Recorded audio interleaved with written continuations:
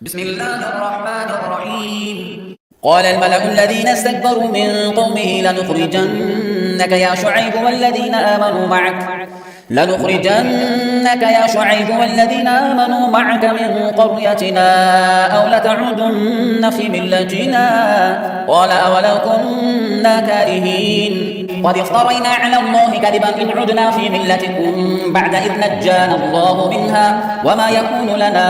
أن نعود فيها إلا أن يشاء الله ربنا وسع ربنا كل شيء علما على الله توكلنا ربنا افتح بيننا وبين قومنا بالحق وأنت خير الفاتحين. وقال الملأ الذين كفروا من قومه لئن اتبعتم شعيبا إنكم إذا لخاسرون فأخذتهم الرجفة فأصبحوا في دارهم جاثمين. الذين كذبوا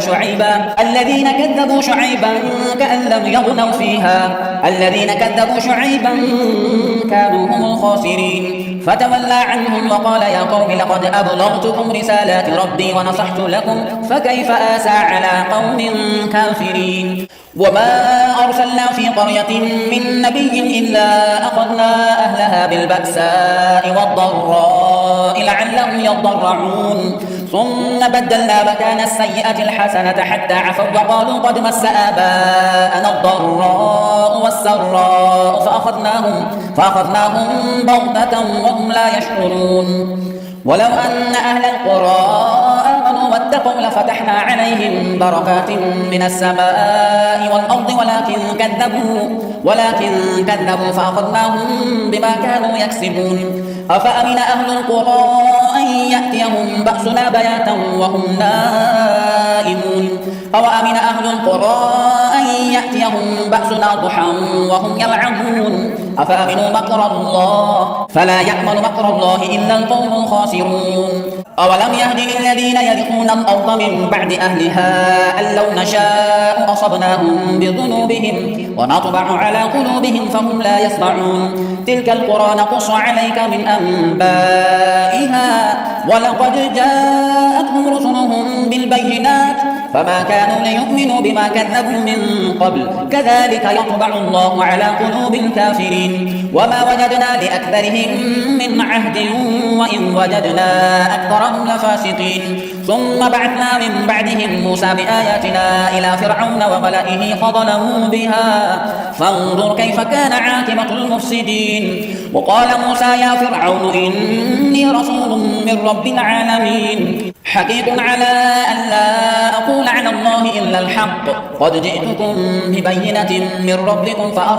فأرسل معي بني إسرائيل. قال إن كنت جئت بآية فأت بها إن كنت من الصادقين. فألقى عصاه فإذا هي ثعبان مبين ونزع يداه فإذا هي بيضاء للناظرين. قال الملأ من قوم فرعون إن هذا لساحر عليم يريد أن يخرجكم من أرضكم فماذا تأمرون. قالوا أرجه وأخاه وأرسل في المدائن حاشرين يأتوك بكل ساحر عليم. وجاء السحرة فرعون قالوا إن لنا لأجرا إن كنا نحن الغالبين. قال نعم وإنكم لمن المقربين. قالوا يا موسى إما أن تلقي وإما أن نكون نحن الملقين. قال ألقوا فلما ألقوا سحروا أعين الناس واسترهبوهم وجاءوا بسحر عظيم. وأوحينا إلى موسى أن ألق عصاك فإذا هي تلقف ما يأفكون فوقع الحق وبطل ما كانوا يعملون. فغلبوا هنالك وانقلبوا صاغرين وألقي السحرة ساجدين قالوا آمنا برب العالمين رب موسى وهارون. قال فرعون آمنتم به قبل أن أذن لكم إن هذا لمكر مكرتموه في المدينة لتخرجوا منها أهلها فسوف تعلمون. لأقطعن أيديكم وأرجلكم من خلاف ثم لأصلبنكم أجمعين. قالوا إنا إلى ربنا منقلبون وما تنقم منا إلا أن آمنا بآيات ربنا لما جاءتنا ربنا أفرغ علينا صبرا وتوفنا مسلمين. وقال الملأ من قوم فرعون أتذر موسى وقومه ليفسدوا في الأرض ويذرك وآلهتك قال سنقتل أبناءهم ونستحيي نساءهم وإنا فوقهم قاهرون. قال موسى لقومه استعينوا بالله واصبروا إن الأرض لله يورثها من يشاء من عباده والعاقبة للمتقين. قالوا أوذينا من قبل أن تأتينا ومن بعد ما جئتنا قال عسى ربكم أن يهلك عدوكم ويستخلفكم في الأرض فينظر كيف تعملون. ولقد أخذنا آل فرعون بالسنين ونقص من الثمرات لعلهم يذكرون. فإذا جاءتهم الحسنة قالوا لنا هذه وإن تصبهم سيئة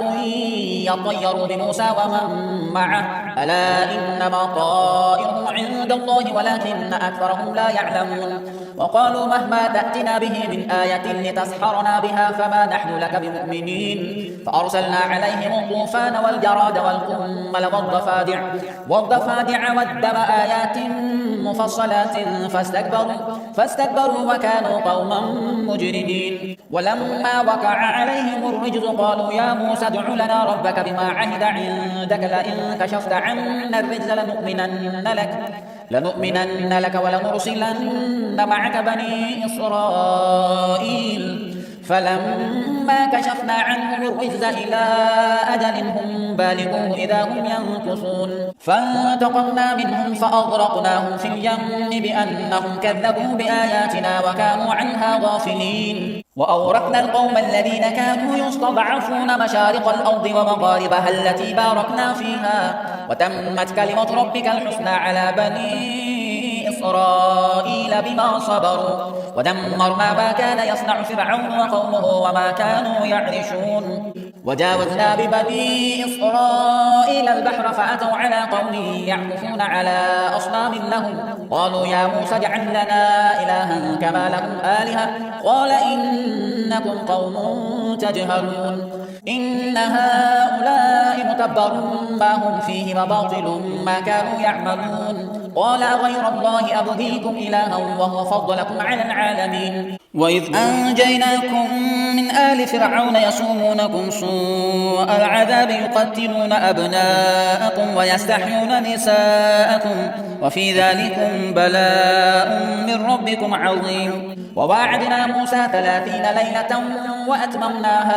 وأتممناها ب10 فتم ميقات ربه 40 ليلة. وقال موسى لأخيه هارون اخلفني في قومي وأصلح ولا تتبع سبيل المفسدين. ولما جاء موسى لميقاتنا وكلمه ربه قال رب أرني أنظر إليك قال لن تراني ولكن انظر إلى الجبل فإن استقر مكانه فسوف تراني. فلما تجلى ربه للجبل جعله دكا وخر موسى صعقا فلما أفاق قال سبحانك تبت إليك وأنا أول المؤمنين. قال يا موسى إني اصطفيتك على الناس برسالاتي وبكلامي فخذ ما آتيتك وكن من الشاكرين. وكتبنا له في الألواح من كل شيء موعظة وتفصيلا لكل شيء فخذها بقوة وأمر قومك يأخذوا بأحسنها سأريكم دار الفاسقين. سأصرف عن آياتي الذين يتكبرون في الأرض بغير الحق وإن يروا كل آية لا يؤمنوا بها وإن يروا سبيل الرشد لا يتخذوه سبيلا وإن يروا سبيل الغي يتخذوه سبيلا ذلك بأنهم كذبوا بآياتنا وكانوا عنها غافلين. والذين كذبوا بآياتنا ولقاء الآخرة حبطت أعمالهم هل يجزون إلا ما كانوا يعملون. واتخذ قوم موسى من بعده من حليهم عجلا جسدا له خوار ألم يروا أنه لا يكلمهم ولا يهديهم سبيلا اتخذوه وكانوا ظالمين ولما سقط في أيديهم ورأوا أنهم قد ضلوا قالوا لئن لم يرحمنا ربنا ويغفر لنا لنكونن من الخاسرين ولما رجع موسى إلى قومه غضبان أسفا قال بئس ما خلفتموني من بعدي أعجلتم أمر ربكم وألقى الألواح وأخذ برأس أخيه يجره إليه قال ابن أم إن القوم استضعفوني وكادوا يقتلونني فلا تشمت بي الأعداء ولا تجعلني مع القوم الظالمين قال رب اغفر لي ولأخي وأدخلنا في رحمتك وأنت أرحم الراحمين إن الذين اتخذوا العجل سينالهم غضب من ربهم وذلة في الحياة الدنيا وكذلك نجزي المفترين والذين عملوا السيئات ثم تابوا من بعدها وآمنوا إن ربك من بعدها لغفور رحيم ولما سكت عن موسى الغضب أخذ الألواح وفي نسختها هدى ورحمة للذين هم لربهم يرهبون واختار موسى قومه 70 رجلا لميقاتنا فلما أخذتهم الرجفة قال رب لو شئت أهلكتهم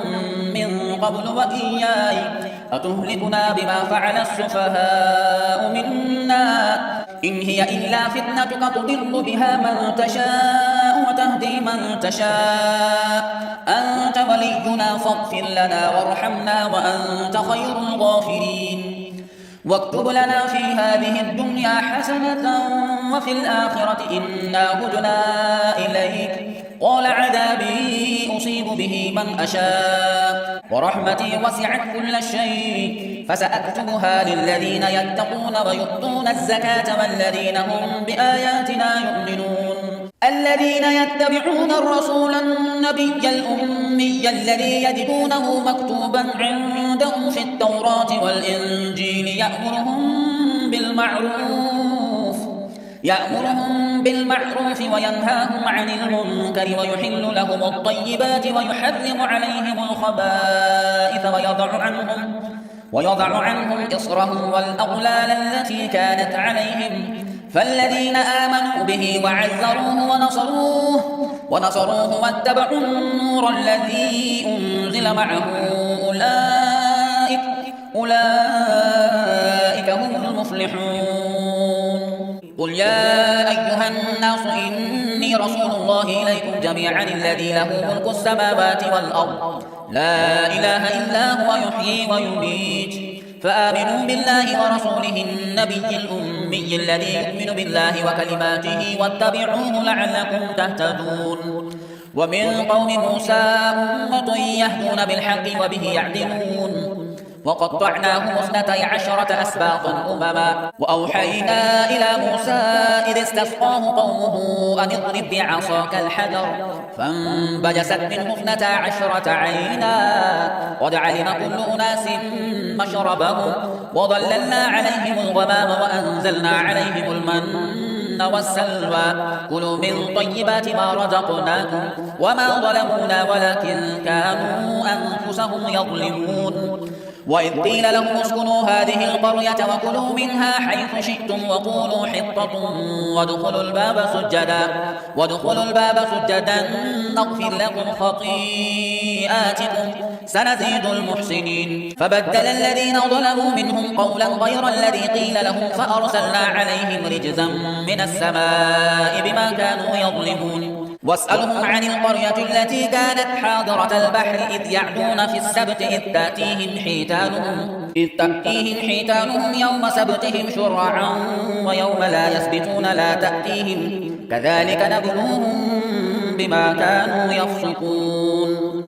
وإذ قالت أمة منهم لم تعظون قوما الله مهلكهم أو معذرهم عذابا شديدا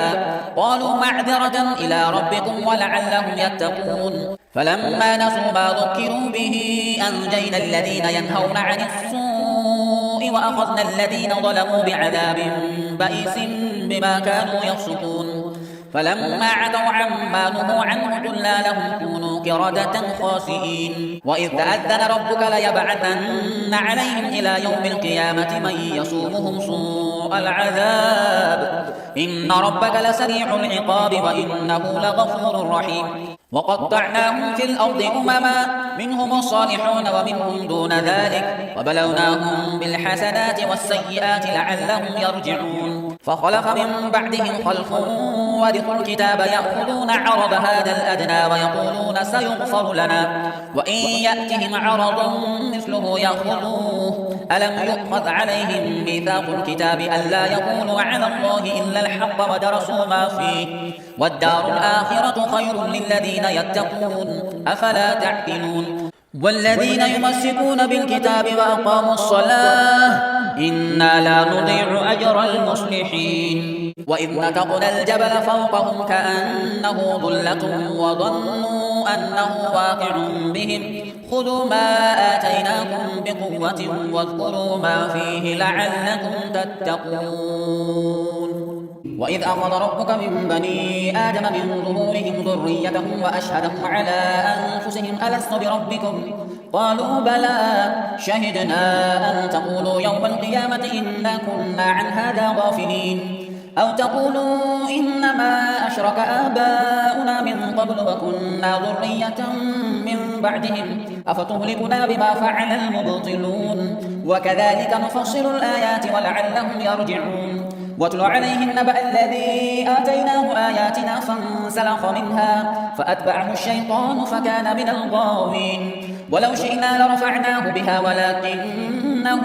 أخلد إلى الأرض واتبع هواه فمثله كمثل الكلب إن تحمل عليه يلهث أو تتركه يلهث ذلك مثل القوم الذين كذبوا بآياتنا فقصص القصص لعلهم يتفكرون ساء مثلا القوم الذين كذبوا بآياتنا وأنفسهم كانوا يظلمون من يهد الله فهو المهتدي ومن يضلل فأولئك هم الخاسرون ولقد ذرأنا لجهنم كثيرا من الجن والإنس لهم قلوب لا يفقهون بها ولهم أعين لا يبصرون بها ولهم آذان لا يسمعون بها أولئك كالأنعام بل هم أضل أولئك هم الغافلون ولله الأسماء الحسنى فادعوه بها وذروا الذين يلحدون في أسمائه سيجزون ما كانوا يعملون وممن خلقنا أمة يهدون بالحق وبه يعدلون والذين كذبوا بآياتنا سنستدرجهم من حيث لا يعلمون وأملي لهم إن كيدي متين أولم يتفكروا ما بصاحبهم من جنة إن هو إلا نذير مبين أولم ينظروا في ملكوت السماوات والأرض وما خلق الله من شيء وأن عسى أن يكون قد اقترب أجلهم فبأي حديث بعده يؤمنون من يضلل الله فلا هادي له ويذرهم في طغيانهم يعمهون يسألونك عن الساعة أيان مرساها قل إنما علمها عند ربي لا يجليها لوقتها إلا هو ثقلت في السماوات والأرض لا تأتيكم إلا بغتة يسألونك كأنك حفي عنها قل إنما علمها عند الله ولكن أكثر الناس لا يعلمون قل لا أملك لنفسي نفعا ولا ضرا إلا ما شاء الله ولو كنت أعلم الغيب لاستكثرت من الخير وما مسني السوء إن أنا إلا نذير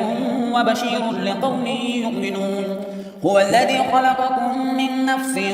واحدة وجعل منها زوجها ليسكن إليها فلما تغشاها حملت حملا خفيفا فمرت به فلما أثقلت دعوا الله ربهما لئن آتيتنا صالحا لنكونن من الشاكرين فلما آتاهما صالحا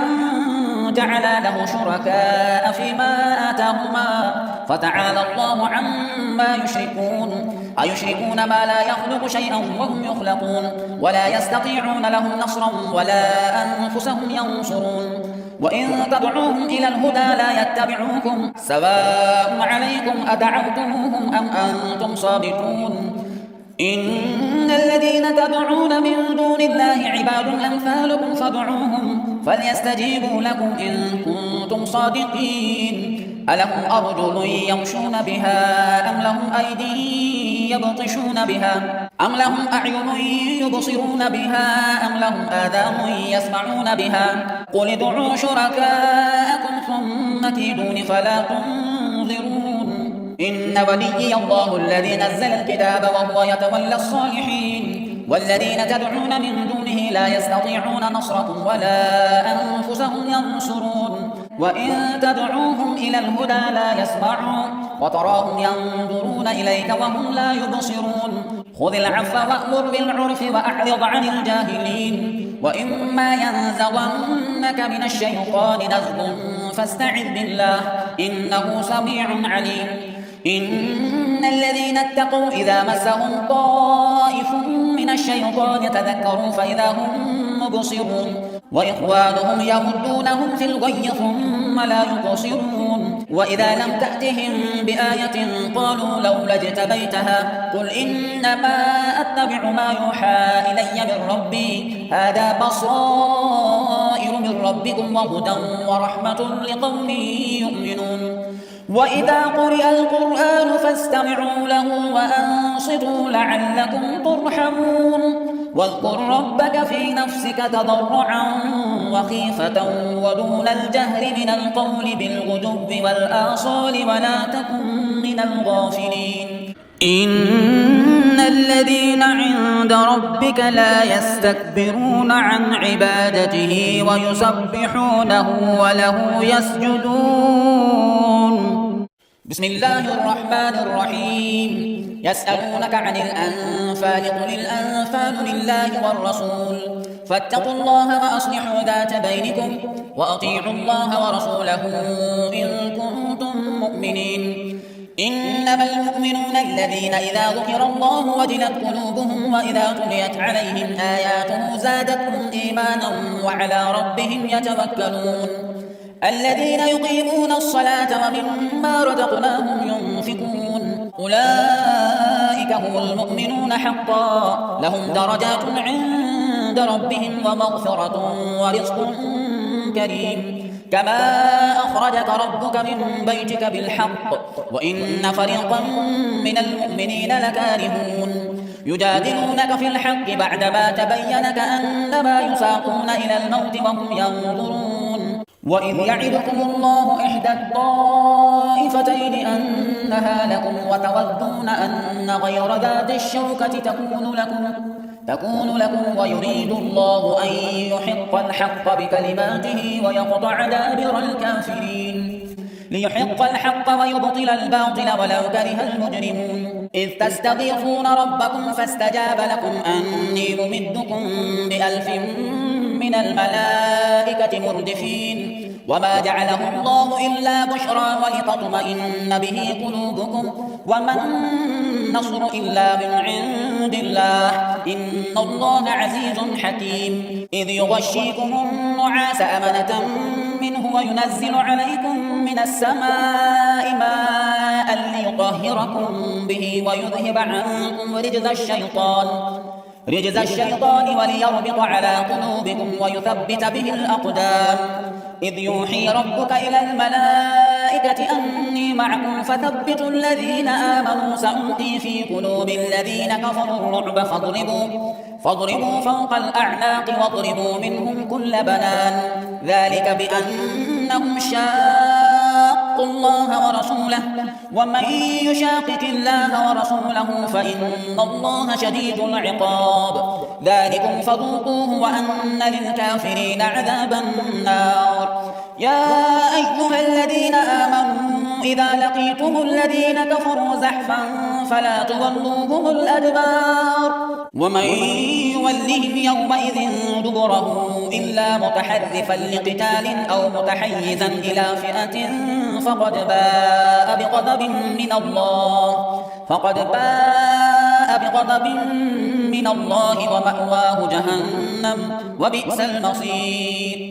فلم تقتلوهم ولكن الله قتلهم وما رميت إذ رميت ولكن الله رمى وليبلي المؤمنين منه بلاء حسنا إن الله سميع عليم ذلكم وأن الله موهن كيد الكافرين إن تستفتحوا فقد جاءكم الفتح وإن تنتهوا فهو خير لكم وإن تعودوا نعد ولن تغني عنكم فئتكم شيئا ولو كثرت وأن الله مع المؤمنين يا أيها الذين آمنوا أطيعوا الله ورسوله ولا تولوا عنه وأنتم تسمعون ولا تكونوا كالذين قالوا سمعنا وهم لا يسمعون إن شر الدواب عند الله الصم البكم الذين لا يعقلون ولو علم الله فيهم خيرا لأسمعهم ولو أسمعهم لتولوا وهم معرضون يا أيها الذين آمنوا استجيبوا لله وللرسول إذا دعاكم لما يحييكم واعلموا أن الله يحول بين المرء وقلبه وأنه إليه تحشرون واتقوا فتنة لا تصيبن الذين ظلموا منكم خاصة واعلموا أن الله شديد العقاب واذكروا إذ أنتم قليل مستضعفون في الأرض تخافون أن يتخطفكم الناس فآواكم وأيدكم بنصره ورزقكم من الطيبات لعلكم تشكرون يا أيها الذين آمنوا لا تخونوا الله والرسول وتخونوا أماناتكم وأنتم تعلمون واعلموا أنما أموالكم وأولادكم فتنة وأن الله عنده أجر عظيم يا أيها الذين آمنوا إن تتقوا الله يجعل لكم فرقانا ويكفر عنكم سيئاتكم ويغفر لكم والله ذو الفضل العظيم وإذ يمكر بك الذين كفروا ليثبتوك أو يقتلوك أو يخرجوك ويمكرون ويمكر الله والله خير الماكرين وإذا تتلى عليهم آياتنا قالوا قد سمعنا لو نشاء لقلنا مثل هذا إن هذا إلا أساطير الأولين وإذ قالوا اللهم إن كان هذا هو الحق من عندك فأمطر علينا حجارة من السماء أو ائتنا بعذاب أليم وما كان الله ليعذبهم وأنت فيهم وما كان الله معذبهم وهم يستغفرون وما لهم ألا يعذبهم الله وهم يصدون عن المسجد الحرام وما كانوا أولياءه إن أولياؤه إلا المتقون ولكن أكثرهم لا يعلمون وما كان صلاتهم عند البيت إلا مكاء وتصدية فذوقوا العذاب بما كنتم تكفرون إن الذين كفروا ينفقون أموالهم ليصدوا عن سبيل الله فسينفقونها ثم تكون عليهم حسرة ثم يغلبون والذين كفروا إلى جهنم يحشرون ليميز الله الخبيث من الطيب ويجعل الخبيث بعضه على بعض فيركمه جميعا فيجعله في جهنم أولئك هم الخاسرون قل للذين كفروا إن ينتهوا يغفر لهم ما قد سلف وإن يعودوا فقد مضت سنة الأولين وقاتلوهم حتى لا تكون فتنة ويكون الدين كله لله فإن انتهوا فإن الله بما يعملون بصير وإن تولوا فاعلموا أن الله مولاكم نعم المولى ونعم النصير